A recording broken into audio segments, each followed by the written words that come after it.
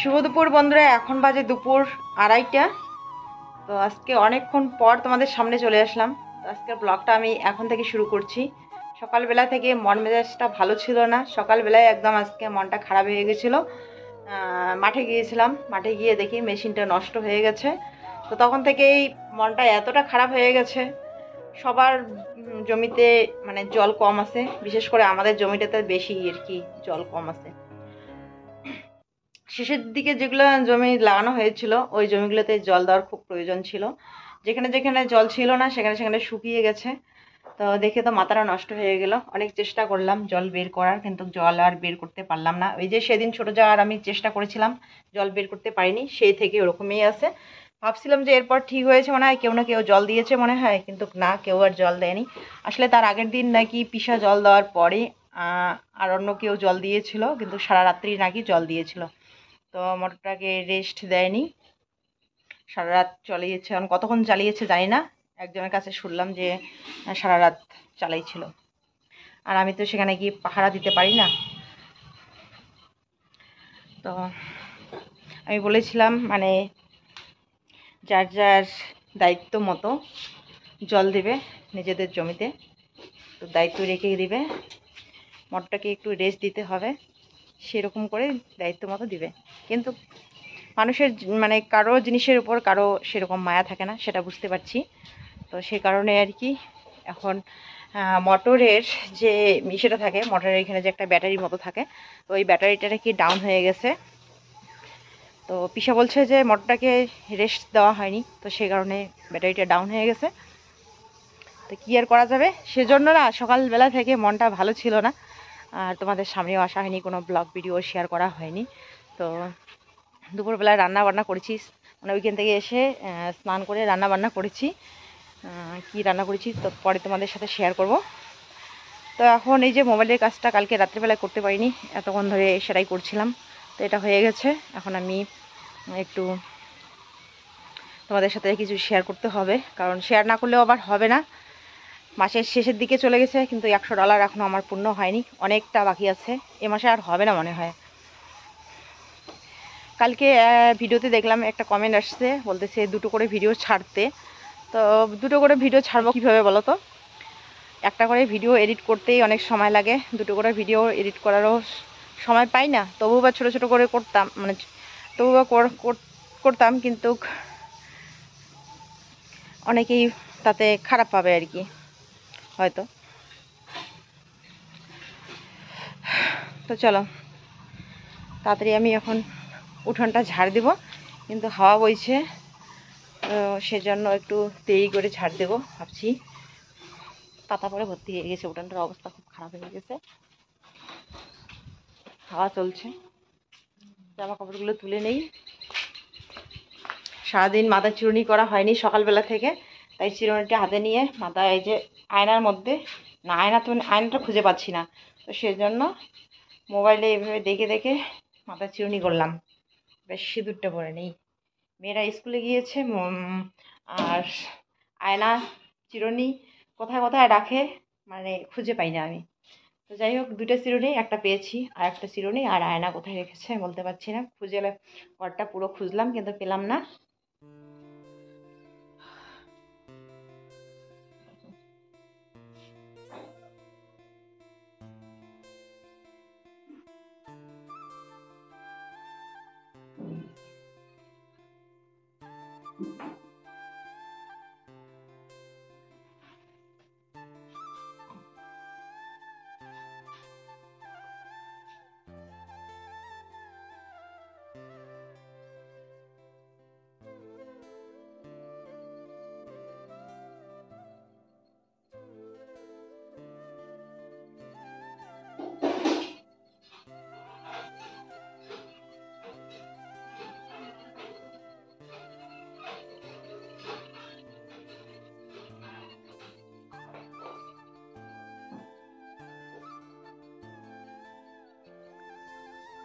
তো আয়নাটা তো খুঁজে পেলাম না, তো সেই জন্য মোবাইল দেখেই সিঁদুরটা পরে নিলাম।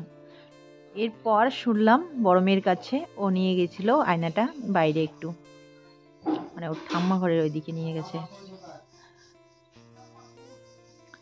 তো এতক্ষণ ধরে এই যে বিছানার মধ্যে একটু শুয়ে শুয়ে মোবাইলে কাজ করছিলাম, আর ঠান্ডাও লাগছিল, তো সেজন্য কাঁথা গায়ে দিয়ে কাজ করছিলাম। তো সকালবেলা বিছানাটা গোছানো হয়েছে, এবার দেখো আমি এরকম করে রাখছি। তো চলো তাড়াতাড়ি এখন বিছানাটা আমি গুছিয়ে নেব।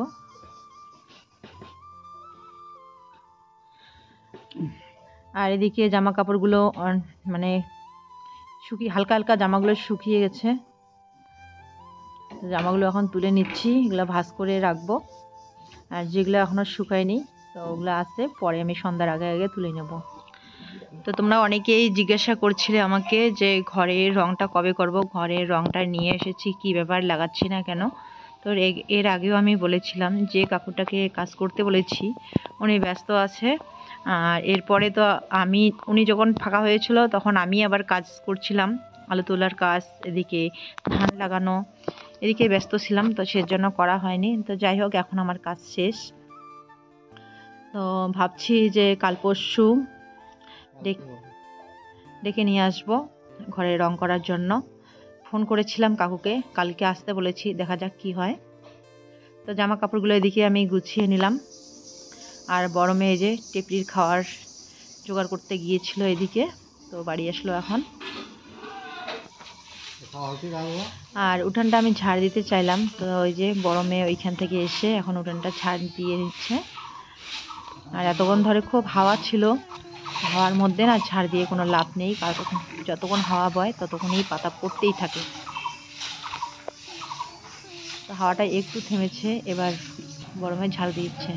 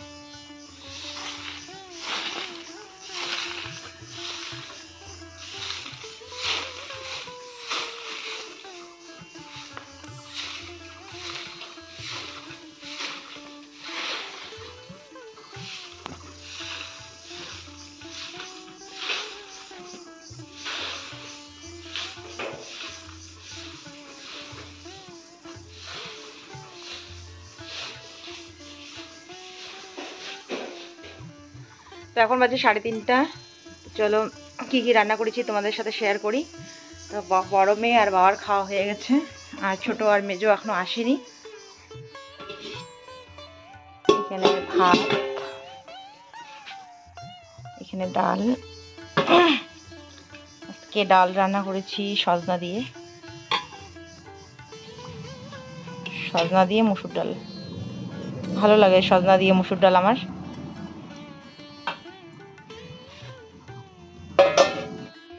আর বেশি কিছু রান্না করা হয়নি।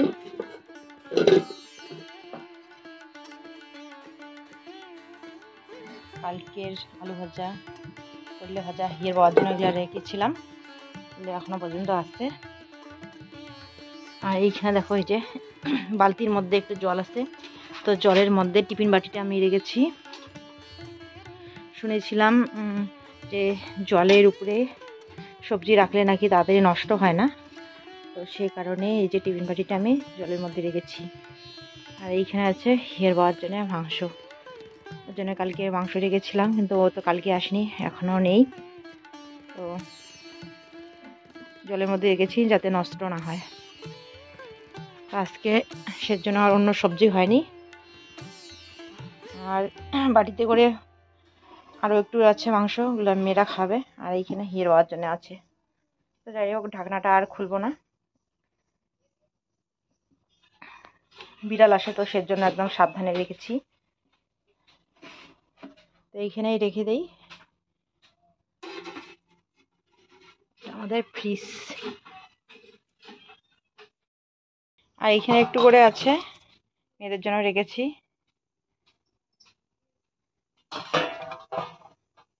তো এগুলাই সবাই কি ভাগাবন্ড করে খাবে।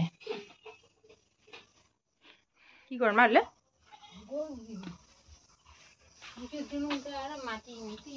খায় খায়। এদিকে দেখো আমাদের বিচন এখানে বেঁচে গেছিল 16 মুঠা বিচন বেঁচে গেছে।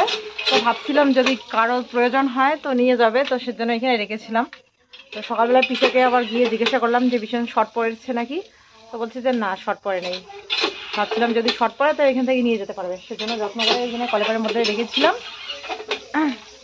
যাতে ঠিক থাকে আর কি। জলের মধ্যে রাখলে বেশি নষ্ট হয়, কলেপারের মধ্যে সাইডের মধ্যে রেখে একটু করে জল দিলে বাস ভালো থাকে। তো কাউকে লাগবে না, বেকার বেকার কেন নষ্ট করে, গরুকে দিলে গরু খাবে। তো মায়ের জন্য এখানে এই যে মাটিগুলো করে ভালো করে ধুয়ে নিচ্ছে পরিষ্কার করে, এগুলো গরুকে দিয়ে দিবে। এখন পয়সা দিয়ে কিনে নিয়ে আসা হয়েছে, এখন গরুকে দিতে হচ্ছে, মায়াও লাগছে। তবু একটা মনকে সান্ত্বনা দেওয়া যাবে যে না গরু খেয়েছে, এই আর কি। বেকার বেকার নষ্ট হলে বেশি মানে শরীরে লাগবে, টাকা দিয়ে কিনে এনে। তো ভাবছিলাম কাউকে দিলে কাজে লাগবে। এইটুক বিচন দিয়ে অনেক ধান পাওয়া যাবে, তাই না? কারো উপকারে আসতো, কারো লাগবে না যখন, তো চলো গরুকে দিয়ে দেই। আর আমাদের এখানে একটা মিষ্টি কুমড়ার চারা উঠেছে 2টা, তো এখান থেকে ভাবছি যে সরিয়ে নিয়ে যাবো। এই দেখো এখানে মিষ্টি কুমড়ার চারা দুটো খুব সুন্দর টকবকে হয়েছে। সেদিন আমি আবার 10-26 সার নিয়ে আসছিলাম ক্ষেতের মধ্যে দেওয়ার জন্য, তো একটু করে সব ফুলের গাছে চারা গাছে দিয়ে দিয়েছি। ও আমার পুত্রীও ওইদিকে চলে আসলো। আর একজন কোথায় রে? হাই করে দে, দেখা যায়। ওই যে স্কুল থেকে চলে আসলো, ও স্কুলে গেছে। ছোট মেয়েও গেছে, ও এখনো আসেনি, হয়তো আসতেছে ও। ইস গরম লাগছে, ফ্যান চালু দিয়ে দিছে স্কুল থেকে এসে। বড় মেয়ে এখানে পড়াশোনা করছে।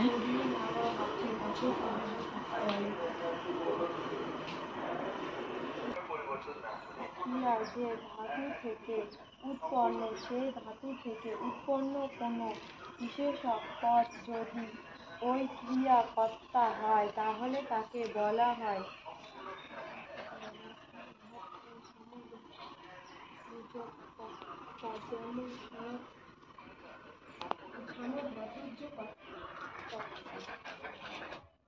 এরকম। কুমড়ো গাছটা এটা দেখে নেই মনে হয়, মা লুকিয়ে আছে।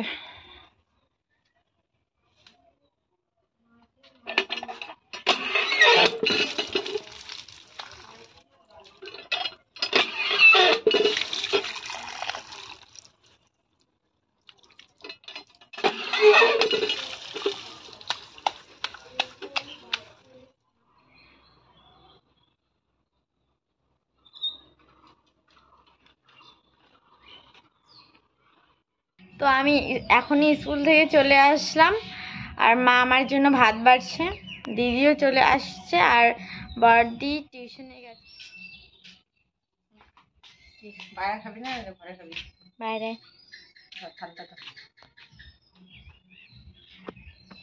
বাও আমার জন্য কি সুন্দর করে ভাতটা সাজিয়ে নিয়ে আসছে। ধরো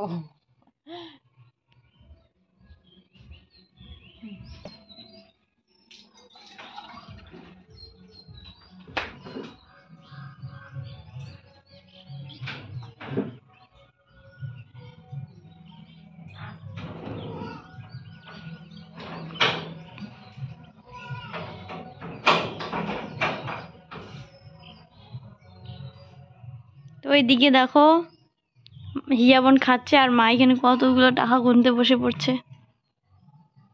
এগুলো টাকা দিয়ে কি করবা? নাড়ি সারি রেখে দিই। তো কাজ করলাম, এতদিন ধরে কাজ করছি আজকে একটা কতদিন 1 মাসের কাছাকাছি হয়ে গেল মনে হয়। 1 মাস হয়নি এখনো।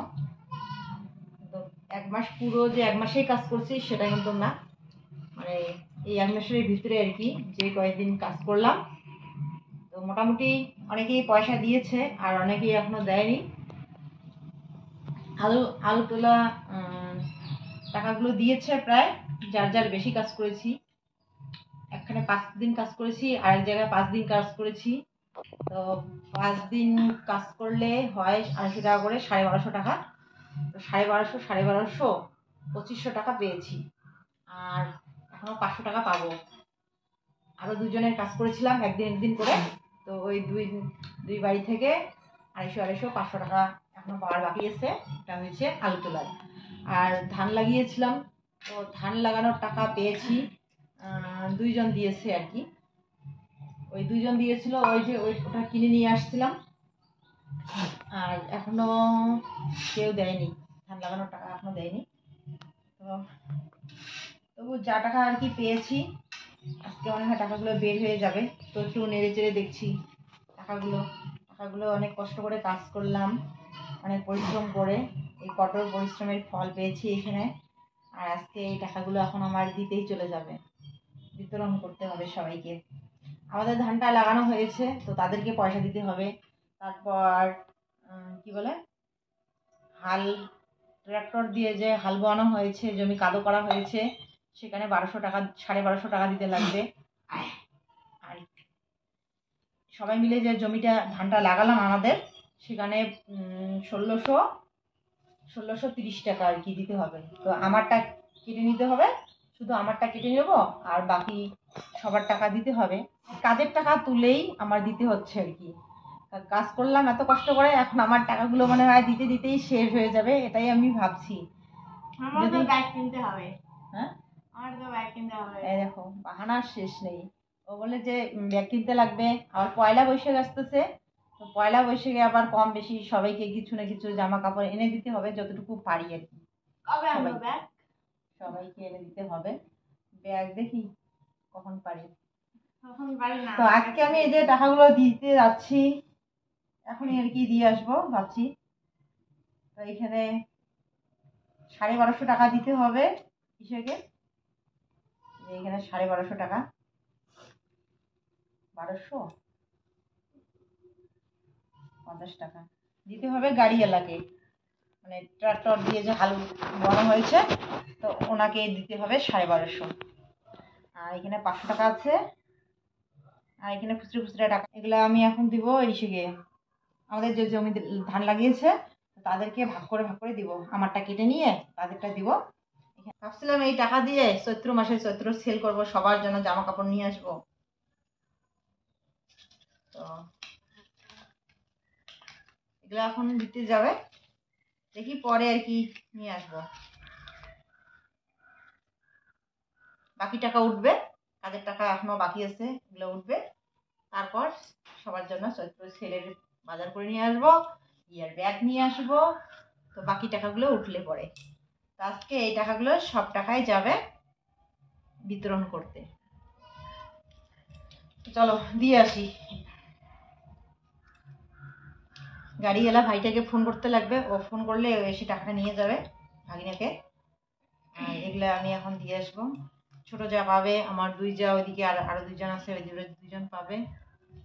তো আমার এতগুলো টাকা নাড়াচাড়াই সার, এগুলো এখন আমি যার যার বাড়িতে গিয়ে দিয়ে আসি হিসাব করে। আর খুচরা টাকাগুলো আমি রেখেছি, এই টাকাগুলো দিতে সুবিধা হবে, সবাইকে ভেঙে ভেঙে দিতে হবে। কেউ পাবে 250, কেউ পাবে 300, কেউ পাবে 150। তো এর জন্য খুচরা টাকাগুলোই দিয়ে যাচ্ছি, আর এগুলোই দিয়েছে আমাকে। তো চলো, ইয়ে খাওয়া দাওয়া হয়ে গেছে, এগুলো নিয়েছো না? এই যে ডাল খায় নাই, দেখছো ডাল খায় নাই। সজনা খাওয়া ভালো, সজনার জন্যই খায়নি। তোমার এক মাসি বলেছে না যে সমস্ত কিছু খেতে লাগবে, সজনা খাওয়া ভালো। সজনা আর মসুর ডাল, এটা পুষ্টিকর খাদ্য, চুষে খাও। সজনাটা না খাইলে না খাও, কিন্তু ডালটা খাও। খাও না? তাহলে ঢাইকে রাখো, আর এই থালাটা কলে করে নিয়ে গিয়ে মেজে নিয়ে আসো, যাও।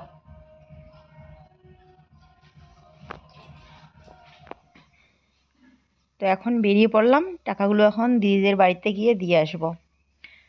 আর এমন সময় বোন ফোন করছিল, তো বোনের সাথে এতক্ষণ একটু কথা বললাম আস্তে আস্তে, মানে যেতে যেতে বোনের সাথে একটু কথা বললাম। তো দেখো আমার পিছু পিছু মেয়েরাও এদিকে চলে আসছে। আর এখানে এত মাইক বাজছিল, পাশের বাড়িতে বার্থডে, তো সে উপলক্ষে এত মাইক বাজছিল যে কিছুই শোনা যাচ্ছিল না। আর গান আসছিল, তো সেজন্য মিউট করে দিয়েছি। অরিজিনাল সাউন্ডটা। তো দিদিদের বাড়িতে চলে আসছি, মেয়েদেরকে বললাম গিয়ে দেখতো বাড়িতে আছে কি নেই। মানে টাকাটা দিলে ঝামেলা শেষ আমার, কার কখন টাকার প্রয়োজন হবে দিয়ে দেওয়াটাই ভালো আর কি। তো এই যে দিদির বাড়িতে আসলাম, তো দিদি বলছে চলো ওই দিদির বাড়িতে, একসাথে হিসাব করে টাকাটা দিবে। তো আসলে আমাদের জমিটা না, একদিন এই দিদিটা একটুখানি লাগিয়েছিল, তারপরে আর লাগায়নি। তারপরে আমার ছোট যা আর এই এপাশের দিদিটা লাগিয়েছিল, সেজন্য টাকার হিসাবটা একটু অন্যরকম গড়বড় হয়ে গেছে। কে কতটুকু জমি লাগিয়েছে সেই হিসাব করে দিতে হবে।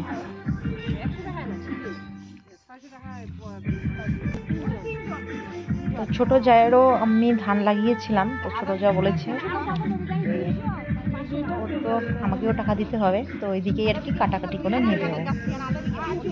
তো এইখানে হিসাব করে টাকা দিতে দিতে একটু গল্প সল্প করতে করতে প্রায় সন্ধ্যায় হয়ে গেল দেখো। তো চলো বন্ধুরা, আজকের জন্য ব্লগটাকে আমি এখানে শেষ করছি। কালকে ফিরে আসছি আবার নতুন একটি সুন্দর ভিডিওর সাথে। ততক্ষণ সবাই ভালো থেকো, শুভ সন্ধ্যা।